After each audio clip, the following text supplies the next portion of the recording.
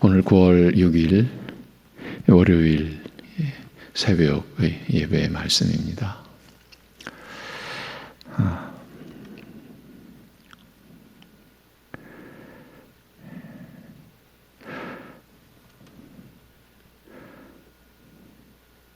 성경의 말씀이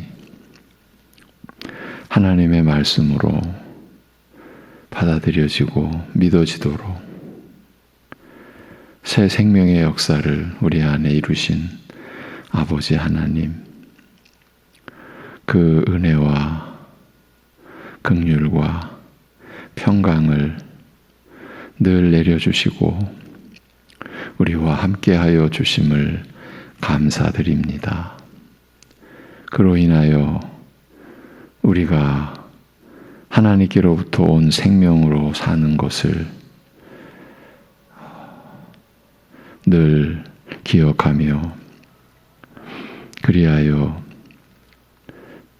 하나님의 말씀을 우리가 깨닫고 그 말씀을 따라 사는 것이 우리에게 복 중의 복임을 이번 주간도 오늘도 날마다 우리가 새롭게 깨닫고 그 말씀 안에 거하게 하여 주옵소서. 예수님의 이름으로 기도합니다. 아멘. 오늘은 로마서 8장의 말씀, 지난주에 봉독만 하고 보지 못한 로마서 8장 23절이 요절인데 우리 18절부터 25절까지 같이 보도록 하겠습니다.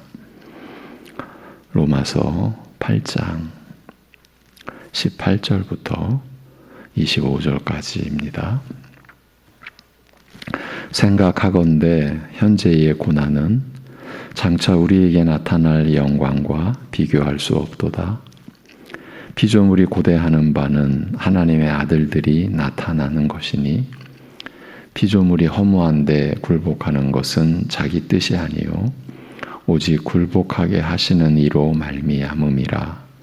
그 바라는 것은 피조물도 썩어짐의 종 노릇한 데서 해방되어 하나님의 자녀들의 영광의 자유에 이르는 것이니라. 피조물이 다 이제까지 함께 탄식하며 함께 고통을 겪고 있는 것을 우리가 아느니라. 그뿐 아니라 또한 우리 곧 성령의 처음 익은 열매를 받은 우리까지도 속으로 탄식하여 양자 될 것 곧 우리 몸의 속량을 기다리느니라. 우리가 소망으로 구원을 얻었음에 보이는 소망이 소망이 아니니 보는 것을 누가 바라리요. 만일 우리가 보지 못하는 것을 바라면 참음으로 기다릴지니라. 아멘. 지금 우리는 너희는 하나님으로부터 나서 그리스도 예수 안에 있고 예수는 하나님으로부터 나와서 우리에게 지혜와 의로움과 거룩함과 구원함이 되셨으니 라고 하신 이 고린도전서 1장 30절의 말씀을 살피고 있는 중입니다. 그 끝에, 그 구절 끝에 기록된 구원함 곧 속량의 은혜에 관하여 나누는 중에 속량, 이 속량의 은혜에 미래적인 측면이 있는 구절을 찾아보고 있습니다. 그러니까 이 말씀이 기록될 때 미래적인 그런 그 표현을 성경이 사용했기 때문에 우리가 속량의 은혜에 미래적인 측면이 있다라는 것을 알고 그래서 우리가 그것을 또 살피고 그 은혜가 우리에게 어떤 의미인지를 찾아가고 있는 겁니다.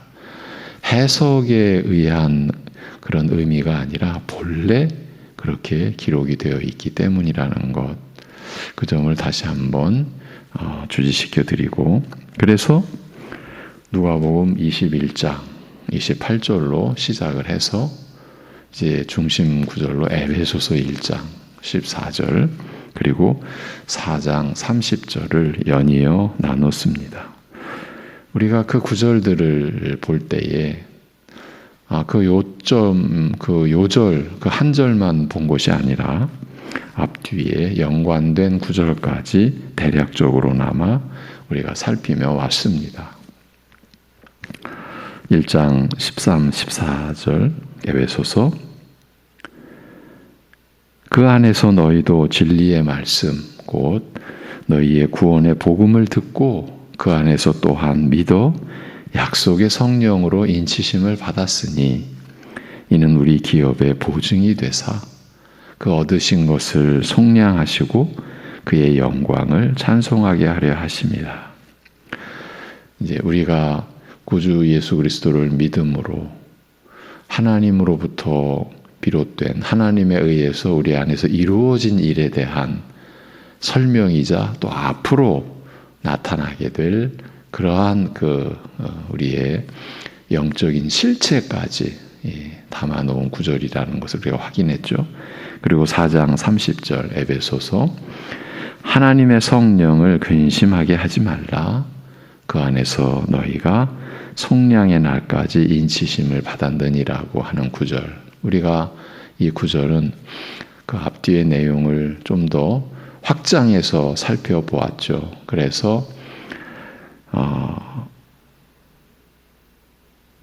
그 구원의 날, 속량이 온전히 성취되는 그날까지 우리가 성령 안에서 인치심을 받은 그 신자로서의 삶의 구체적인 면면을 우리가 나누었습니다. 지금 에베소서와 에베소서 1장 그리고 4장에서 중심이 되는 것은 성령님의 사역이죠. 성령님 안에서 우리가 인치심을 받았다. 결정적으로는 우리의 구원에 그리고 그 성취될 속량의 보증으로 성령께서 우리 안에 계신다. 그 내용이었죠. 하나님께서 우리를 택정하시고 구원의 그 영원한 그 결말에 이르는 그 역사, 인류 역사의 과정, 그것을 하나님께서 진행해 가시는데 연약한 우리로 하여금 믿음 안에 거할 수 있도록 친히 성령께서 우리가 받은 속량 그리고 이제 완전히 성취될 그 속량의 날까지 성령께서 친히 우리 안에서 보증이 되어 주신다. 참 이렇게 우리의 구원에 은혜가 지니고 있는 그 은혜의 풍성함이라고 하는 것은 가히 우리가 다 말할 수가 없는 거죠. 그저 하나님의 은혜 안에서 조금씩 깨달아가는 거죠. 너무 풍성하고 너무 깊기 때문이라고 봐야 되겠죠. 그리고 이제 같은 의미를 지닌 오늘 우리가 본문으로 삼은 그 구절들 가운데 로마서 8장 23절, 23절 지난주 끝 시간에 봉독만 하고 나누지를 못했습니다. 그러니까 여기서부터 이제 이번 주간은 이어져 가는 겁니다. 그런데 속량의 미래적인 측면을 지니고 있는 그런 면에서 앞에서 우리가 보았던 구절들과 같은 내용을 담은 말씀인 로마서 8장 23절은 또 다른 의미도 갖고 있음을 우리가 볼 수 있습니다. 이 구절은 우리가 오늘 18절부터 보았는데 22절 바로 앞절인 22절부터 다시 보도록 하겠습니다.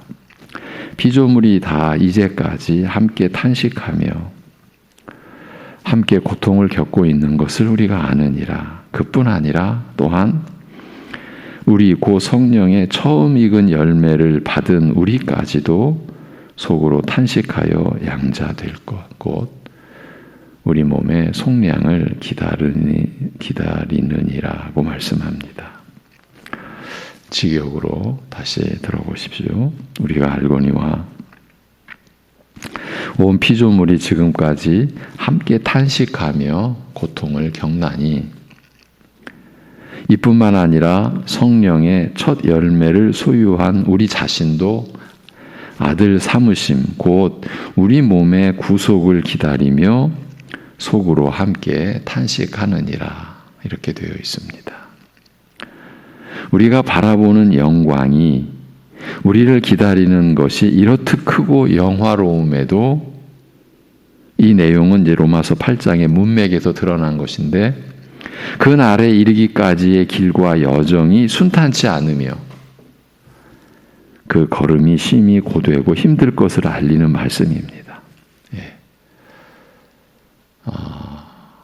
로마서 이 8장의 전체 내용 이제 진리의 말씀 곧 우리가 받은 구원의 복음에 그 정교한 그 이제 사도 바울의 그 논리가 이제 대미를 장식하는 성령 안에서 우리가 받은 구원의 도리를 설명해 간 바울 사도의 그 이제 설명이 이제 결론으로 맺어지는 장이 이 로마서 8장입니다. 근데 이 로마서 8장의 큰 주제는 두 개로 나뉩니다. 이렇게 볼 수 있습니다. 우리 인생의 난제, 가장 어려운 문제 두 가지. 죄, 그리고 고난. 네. 근본적으로는 죄요. 그리고 그 죄로 인하여 나타난 현상, 고난. 그런데 우리가 지금 읽은 이 맥락에서는 피조물도 그 죄로 인한 우리 인간의 고난에 다 함께 포함되는 참 이런 면도 이 역사와 만물을 주관하시는 하나님의 경륜 안에 섭리 안에서 이제 비롯된 것으로 우리가 봐야 되죠. 그 8장의 그 내용 속에서 그럼에도 우리를 향하신 하나님의 영생을 주시기로 한 그 은혜는 결코 빼앗기거나 취소되거나 흔들리지 않고 이루어지리라. 이렇게 로마서 8장이 마무리되어지는 것을 우리가 어느 정도 알고 있습니다.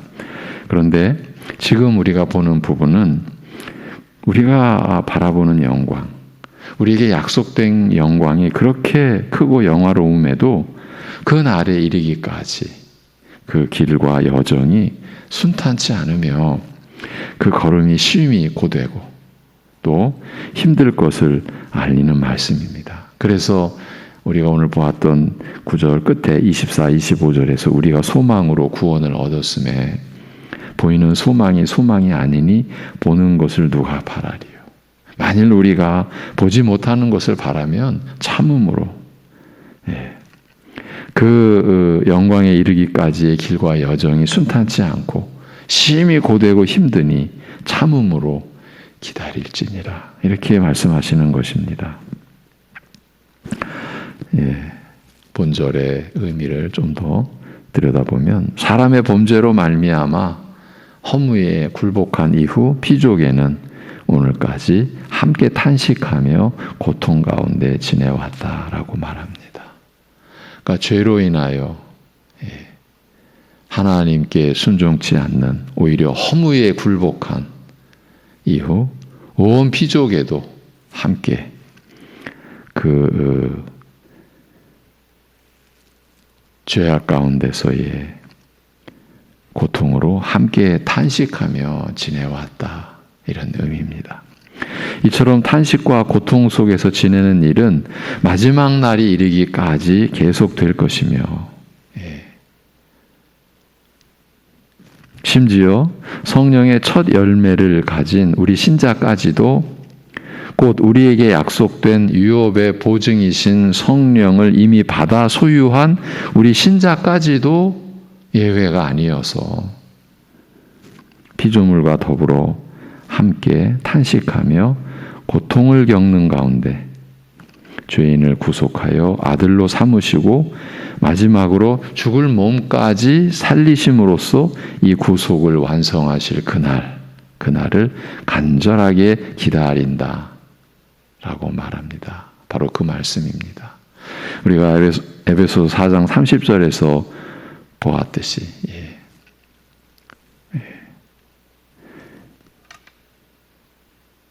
하나님의 성령을 근심하게 하지 말라. 그 안에서 너희가 그 구원의 날까지, 그 속량의 날까지 인치심을 받았느니라 라고 하신 그 말씀을 우리가 연상할 수 있죠. 다시 말씀을 드립니다. 사람의 범죄로 말미암아 허무에 굴복한 이후 이 세상, 이 피조계는 오늘까지 함께 탄식하며 고통 가운데 지내온 겁니다. 그런데 이처럼 탄식과 고통 속에서 지내는 일은 이제 그 속량이 성취되는 그 마지막 날, 우리 주님이 재림하시는 그날까지 계속될 것이고, 그 안에서 우리 신자들도 결코 예외가 아니다. 성령의 첫 열매를 가진 곧 우리에게 약속된 그 기업의 상속의 유업의 그 보증이신 성령을 이미 받아 소유한 우리 신자까지도 예외가 아니어서 피조물과 더불어 함께 탄식하며 고통을 겪는 가운데 죄인을 구속하여 아들로 삼으시고 마지막으로 죽을 몸까지 살리심으로써 이 구속을 완성하실, 이 속량의 은혜를 성취하실 그날을 간절하게 기다린다라고 말씀합니다. 이 내용이 바로 이뿐만 아니라 성령의 첫 열매를 소유한 우리 자신도 아들 삼으심, 곧 우리 몸의 구속을 기다리며 속으로 함께 탄식하느니라고 하신 말씀이 의미하는 것입니다. 특히 그런데 이 구절에서 몸의 속량, 몸의 구속이란 말은 특히 몸으로부터의 구속이 아닌 몸의 구속, 즉 부활하신 주님을 닮은 몸의 변형을 뜻한다고 보는 겁니다. 이 점에서 이 구절이 또 다른 의미를 갖고 있다라고 한 것입니다. 죄인을 구속하여 아들을 삼으시고 마지막으로 죽을 몸까지 살리심으로써 우리의 몸의 구속입니다. 이 점이 로마서 8장 23절에서는 기록되어 언급되었다. 그래서 또 다른 특별한 의미를 로마서 8장 23절은 지니고 있다. 부활하신 주님을 닮은 몸으로의 그야말로 영원한 변화죠. 우리로서는 부활하신 주님께서 제자들과 함께 계셨던 그 기록, 제자들에게 첫 번째, 두 번째, 세 번째 이렇게 나타나셔서 우리에게 보여주시고 기록해 놓으신 복음서의 마지막 부분에 그 기록을 통해 우리가 성령 안에서 가늠해 볼 수 있는 그런 내용입니다. 부활하신 주님을 닮은 몸으로의 변화. 그것까지도 이 로마서 8장 23절은 몸의 속량이라는 기록을 통해 우리에게 나타내 주고 있습니다. 한 가지만 더 짚고 가겠습니다. 그런데 우리 신자까지도 온 피조물과 더불어 함께 탄식하며 고통을 겪는다라고 하였습니다만, 여기에서 고통을 겪는다는 뜻으로 사용한 단어, 쓰여진 이 낱말이 조금 특별합니다. 단순히 괴롭고 고통스러운 것을 말하는 것이 아니라 산고, 즉 아이 낳는 고통을 뜻하는 말, 그 말이 쓰였기 때문입니다. 사람이 겪는 고통 중에 가장 극심한 고통이라 하여 상고라는 이 말을 견디기 어려운 혹독한 고통을 가리키는 비유로 흔히 사용합니다만, 상고에는 이외에 다른 특별한 그런 의미, 다른 특징도 있습니다. 이런 극심한 고통을 아기의 어머니가 기꺼이 감내하는 이유는 이 고통을 통하여 내가 아이를 얻으리라, 새 생명이 태어나리라는 희망이 있기 때문입니다. 따라서 성경은 어떤 희망에 이르고자 혹독한 고통을 감내하는 것을 두고 흔히 산고라는 표현을 사용합니다. 이 구절 말씀의 경우 우리가 모든 피조물과 더불어 함께 탄식하며 함께 고통하나 그 고통은 마지막 영광을 바라고 기다리는 그 희망 속에서 겪는 고통임을 알리고자 산고라는 말을 사용한 것입니다. 예. 단순히 그저 괴롭고 고통을 겪는다. 그것을 가리키는 것이 아니라 아이의 어머니가 그 인간이 겪는 고통 중 가장 극심한 고통을 감내하는 이유가 있듯이 그런 의미를 담아서 단순히 고난, 고통을 겪는 의미가 아니라 상고의 고통을 겪는다 이런 말을 썼습니다. 우리가 바라는 영광, 하나님께서 약속하신 그 영광이 우리를 기다리고 있기 때문입니다. 이렇게 로마서 8장 23절의 말씀을 함께 나눴습니다. 속량, 구속, 우리의 몸값이 지불됨 이런 의미의 이 낱말이 미래적인 국면도 갖고 있다라는 내용을 며칠 동안 여러 구절들을 통해서 찾아보며 확인했습니다. 속량의 미래적인 국면이 있다라는 것은 우리가 받은 은혜, 그 구속의 완전 실현, 그 성취는 주님의 그 약속하신 재림과 함께 올 것이라 하는 점을 전제로 한 진리의 내용이라고 했고, 그래서 누가복음 21장 28절, 에베소서 1장 14절, 4장 30절, 그리고 오늘 로마서 8장 23절을 우리가 살핀 겁니다. 그런데 이 부분에서 우리가 치명적인 오류를 범할 수 있다. 우리가 그야말로 어떤 함정 속에 우리가 빠져 들어갈 수가 있다라는 점을 지적해 드리지 않을 수가 없습니다. 지난주에 예고해 드린 대로 오늘은 이 부분을 좀 들여다보고 오늘 다 안 될 것 같은데 내일까지 좀 확인해 가도록 하겠습니다. 무슨 말인고 하니 그리스도의 속량의 은혜가 미래에도 작용한다. 미래적인 측면도 있다. 이렇게 됐을 때 이 점을 잘못 이해하면 현재 받은 대속의 은혜, 곧 지금 속량 받은 은혜는 아직은 미완성이라는 그런 개념, 그런 생각을 가질 수 있다라는 것입니다. 이렇게 빠지게 되면 우리에게 어떤 현상, 어떤 결과가 나타나겠습니까? 비유적으로 말하자면 이렇게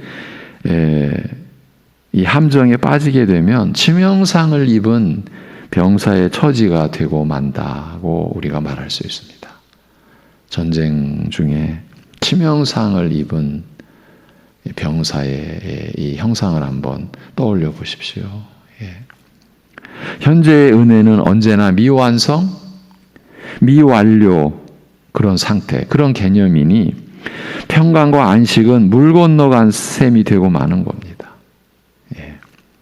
그러면서 자연스럽게 속량의 은혜가 이제 우리식으로, 우리 관점에서 과거, 현재, 미래의 것으로 분류가 되면서 이 말씀이 혼잡해지는 거죠. 교리에 혼란이 일어나게 되고 우리의 신앙과 그로 인한 우리의 삶의 내용은 뒤죽박죽이 되고 마는 겁니다. 그러면 현재 받은 은혜는 뭐지? 여기에서 이제 파생되는 그 거짓 그 형태가 참 다양하게 나타날 수 있어요. 우선 제 일감으로 떠오르는 게 그러면 뭐 현재는 별로네. 어쨌든 미래가 중요하니까 일단 이렇게도 생각해 볼 수 있잖아요. 뭐 우리로서는 참 그저 상상 속의 이야기인데 실제로 예전에 그 세례를 일반 그 청장년 시절에 안 받고요. 세례를 안 받는 거예요. 언제 받느냐면 운명 직전에 죽기 직전에 세례를 받는 그런 기록이 있습니다. 그것도 뭐 요즘식으로 말하면 일반 그 신자가 아니라 그 구교, 그러니까 로마 천주교회의 수장, 그러면 교황이죠. 교황 어떤 이는 세례를 언제 받느냐 하면은 운명하기 직전에 그러한 이제 형태, 그래야 자기가 안전하다고 스스로 믿은 거죠. 지금 여기서도 현재는 이건 미완성이네, 미완료네. 그러면서 자신의 죄악된 삶을 스스로 합리화하는 거죠.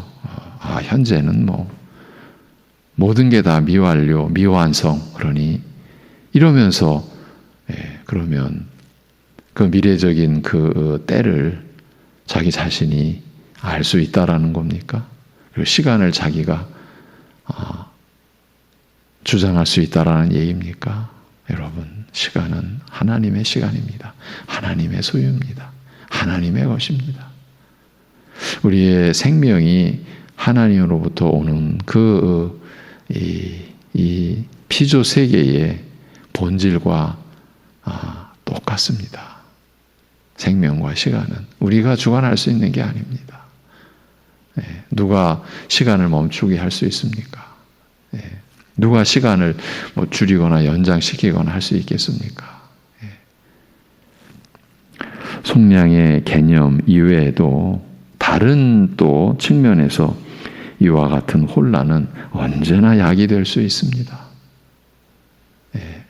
그러니까 하나님의 말씀으로 인한 혼란은 교회사 또 교리의 역사를 조금이라도 이제 들여다볼 수 있는 입장에서 보면 이것을 알 수 있습니다. 언제나 이와 같은 혼란은 약이 됩니다. 실제로 교회사가 이 사실을 보여줍니다.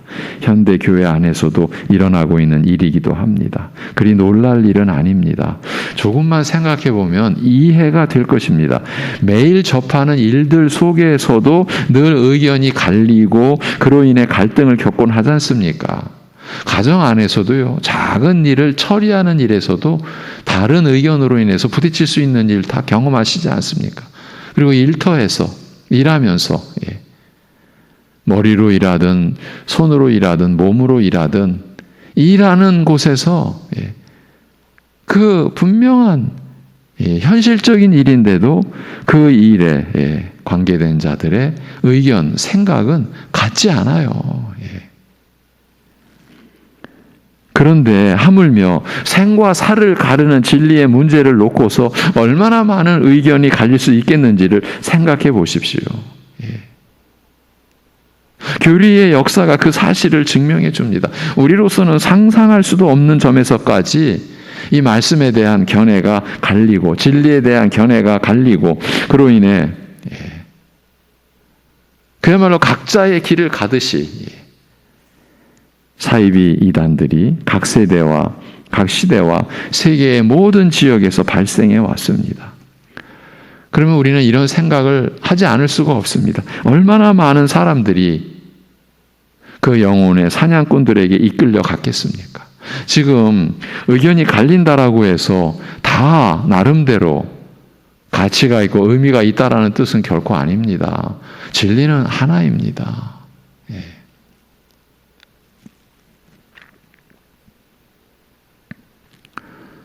초대교회 1세기, 2세기, 3세기 중심 주제, 논란의 주제. 도대체 예수님은 누구시냐?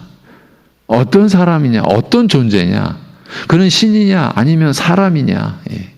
사람인데 하나님의 아들로 입적된 존재냐? 아니면 하나님이신데 사람의 모양으로만 살짝 나타난, 가연적으로 나타난 그런 존재 아니냐? 등등. 이것이 이제 대표적인 기독론의 그 다양한 그 이론 사상의 두 이제 기둥입니다. 여기서 계속해서 사람들은 하나님의 말씀을 혼란시키는, 혼란케 하는 그런 작업, 그런 일들을 수행해 온 거예요. 얼마나 많은 교인들이 그런 영혼의 사냥꾼들에게 이끌려 갔을까. 두렵기도 하고 가슴 아픈 일이기도 하고, 영혼의 사냥꾼들, 지난주 에스겔서를 통해서 우리가 본 거짓 선지자의 실체, 사냥꾼들이라고 그랬죠. 영혼의. 지금도 일어나고 있는 일이기도 합니다. 그러한 일이요. 그래서 이 하나님의 말씀을 본래대로 우리가 받는 것, 이것만큼 절대적으로 중요한 일이 없고요. 또 그 일이 우리에게 일어나는 것만큼 귀하고 복된 일이 없는 거예요. 그래서 특히 요즘에 말씀이 임하는 그 심령, 우리가 말씀이 있으면 사실은 이렇게도 표현할 수 있어요. 다 된 거예요. 아무리 모든 것을 다 가지고 있어도 말씀이 없으면 끝입니다. 소망이 없습니다. 역반대로 모든 것을 잃었어도 말씀을 우리가 지니고 있으면, 말씀을 받은 그러한 믿음, 확신에 우리가 거한다면 우리는 안전한 것이죠. 왜? 하나님 안에 우리가 있기 때문에. 이제 이런 이 말씀으로 인한 혼란, 구체적으로 말하면 교리의 혼란이라고도 할 수 있죠. 이제 말씀을 우리가 깨닫고 이해하게 되는 그 체계를 그 교회가 합의하여 이것이 하나님의 말씀이다. 그렇게 인정된 게 교리고, 그 교리를 교회에서 신앙 고백으로 받아들이는 거죠. 그런데 이 안에 늘 혼란이 있다라는 거예요. 이러한 가운데 또 하나 중요한 측면을 우리가 또 고려하지 않을 수 없고 짚어보지 않을 수 없어요. 이런 점에서 원수, 사탄의 역할, 마귀의 역할을 고려하지 않으면 안 됩니다. 사탄의 회에 속하는 무리들이 있고, 이들은 어떻게든 진리를 훼손시키고 교회를 파멸로 이끌려 한다는 것을 절대로 잊으시면 안 됩니다. 저들이 하고자 하는 일은 어떻게든 말씀을 가리려고 하는 거예요. 말씀을 가리려는 거예요. 이렇게도 볼 수 있을까요? 그래, 말씀을 붙잡아라, 말씀을 보아라, 말씀을 읽어라, 들어라. 그런데 본래대로 성령께서 우리로 하여금 깨닫게 해주시는 그 진리의 내용이 아니라 오히려 그 진리를 가리도록 하는 거예요. 방금 우리가 예를 들었던 영혼의 사냥꾼들이 제시하는 그 거짓 것에 이끌려가면요, 계속 말씀은 가려지는 거죠. 참 말씀은 가려지고 변질된, 누룩이 팽창시켜 놓은 거짓과 허망함과 허영과 불결함으로 가득한 그 거짓 것으로 계속 갈수록 본래의 말씀은 가려지는 거죠. 이렇게 사단의 역할은 이것이에요. 말씀 안에서 진리와 은혜를 교회가 취하지 못하도록 하려는 것이에요. 그리하여 교인들로 하여금 껍데기 신앙만 갖고 그 안에 생명의 말씀을 취하지 못하게 하는 거예요. 우리로서는 결코 짐작 안 되는, 상상이 안 되는 계략과 모략으로 신앙의 체계를 혼란케 해서요, 진리의 말씀은 가려지고 거짓 교훈에 사람들이 휩쓸려 들어가도록 하려는 이 사탄과 그에 속한 무리들을 우리는 언제나 경계하여야 할 것입니다. 여러분, 어쩌면요, 자기 인생에 있어서 가장 가까운 사람에 의해서 그 미혹과 유혹이 임할 수도 있어요.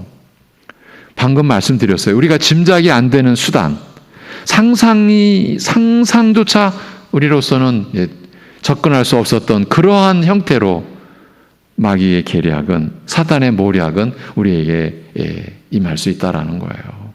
그래서 하나님 앞에 늘 시험에 들게 하지 마옵시고 악에서 구해달라고 우리가 간구하는 바로 예수님이 그 기도를 가르쳐 주셨잖아요. 그게 절대 우리에게 필요하니까. 그냥 턱없이 믿었어요. 그런데 그 믿는 관계 속에서 사단은 역사할 수 있다는 것이죠. 여러분, 제가 여러분에게 일부러 여러분을 혼란케 하려고 하는 게 아니고요. 사실은 우리는 지금 혼란 가운데 있어요. 그 가운데서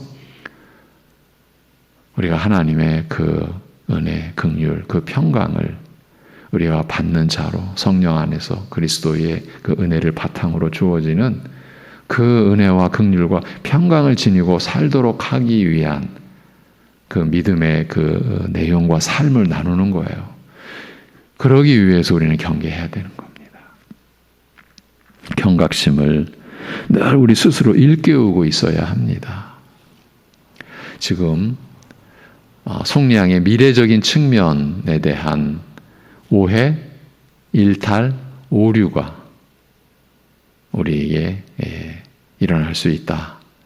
이 점을 일단은 짚어드리고 그 내용에 들어가기에 앞서 이와 유사한, 이와 같은 식으로 우리의 말씀을 보는 그 모습, 그 자세, 또 그 내용 속에, 그리고 우리의 신앙의 내용 속에 얼마든지 우리의 잘못으로 인해, 그리고 사단의 교사로 인하여 헤아릴 수 없는 어떤 그 혼란과 어려움이 야기될 수 있다라는 점을 짚어드렸습니다. 우리가 그 점을 살피고 가야 됩니다. 이것을 우리는 늘 안전하다 아니고요. 주님 안에서 안전하다라고 하는 고백을 우리가 한다면 그 주님 안에서라고 하는 그 내용을 우리가 말씀으로 제대로 확보하고 있는가? 아니면 그 말씀과 상관없는 그저 자기 신념, 그냥 자기의 믿음인 거예요. 제가 요즘에 늘 강조하죠. 말씀과 상관없는 자기 믿음의 그 치명적 위험성. 오히려 그런 믿음이 더 확신에 차게 보일 수도 있어요. 야, 저 사람 믿음 좋다. 그렇게도 보일 수가 있어요. 그런데 그것이 말씀이 아니면, 말씀에 근거한 것이 아니면, 말씀과 상관없는 것이면, 어느 거짓된 지도자가 던진 말에 영혼이 완전히 매여가지고 꼬여가지고 그런 그 거짓 것에 자기의 믿음을, 자기의 목숨을 내건 거죠. 그렇게 믿음을 취하고 있는 경우들이 있어요. 여러분, 제가 그런 경험자라는 거 아시지 않습니까? 우리 안에 얼마든지 있을 수 있는 거예요. 그런 두려움을, 그 자체가 두려운 상황 아닙니까? 우리가 그것을 극복해 가기 위한 거예요. 그래서 이 진리의 말씀이 계속해서 전해지는 가운데 여러분이 하나님의 은혜로 스스로를 분별해야 되고요. 그 말씀으로 가야 됩니다. 그것을 위해서 오늘 또 좀 짚어드렸고, 내일 그 속량의 미래적인 측면에서 우리가 떨어졌을 때, 오류에 빠졌을 때 일어날 수 있는 또 하나의 대표적인 모습을 우리가 한번 생각해 보겠습니다. 기도하겠습니다. 하나님 아버지,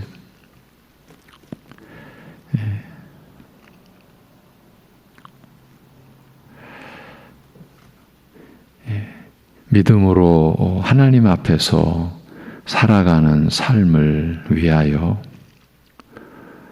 우리에게 하나님의 말씀을 기록하여 주셨사오니 그 말씀을 우리가 교회 안에서 또 성령님의 인도하심으로 받고 보고 들으며 그 말씀을 생명의 양식, 영혼의 양식으로 간절히 구하고 사모함으로 그 말씀을 받아서 우리가 살아갈 수 있게 하여 주옵소서.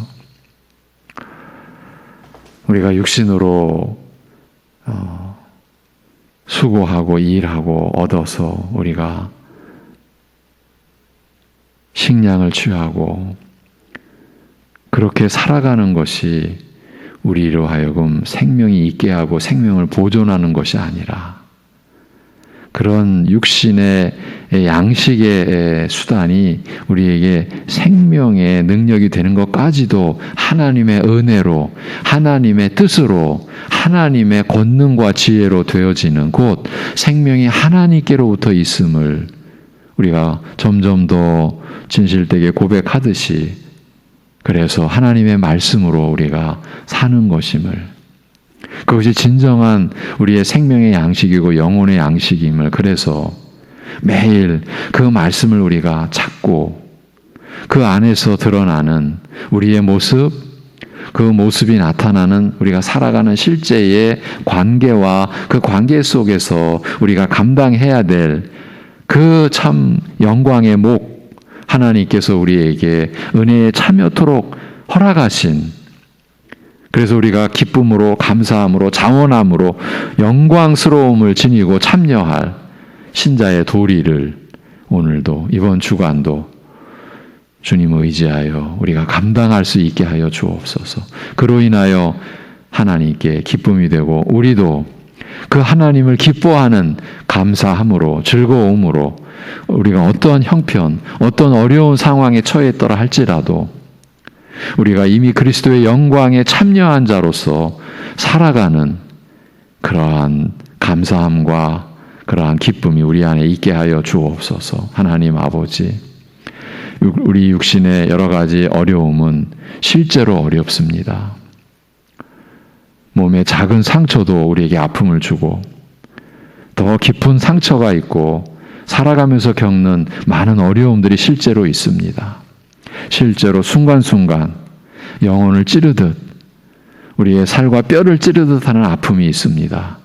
그 안에서도 주님이 우리와 함께 하시고 주님이 우리의 모든 것을 주관하시고 우리를 눈동자같이 살피시는 그 은혜 안에서 두려움을 떨쳐내고 불안과 염려를 다 주님께 맡기고, 그래서 주님의 지혜와 주님의 사랑과 주님의 능력으로 살아내는, 감내해내는 오늘이요, 이 한 주간 우리를 주장하시고 인도하여 주옵소서. 예수님의 이름으로 기도하옵나이다. 아멘.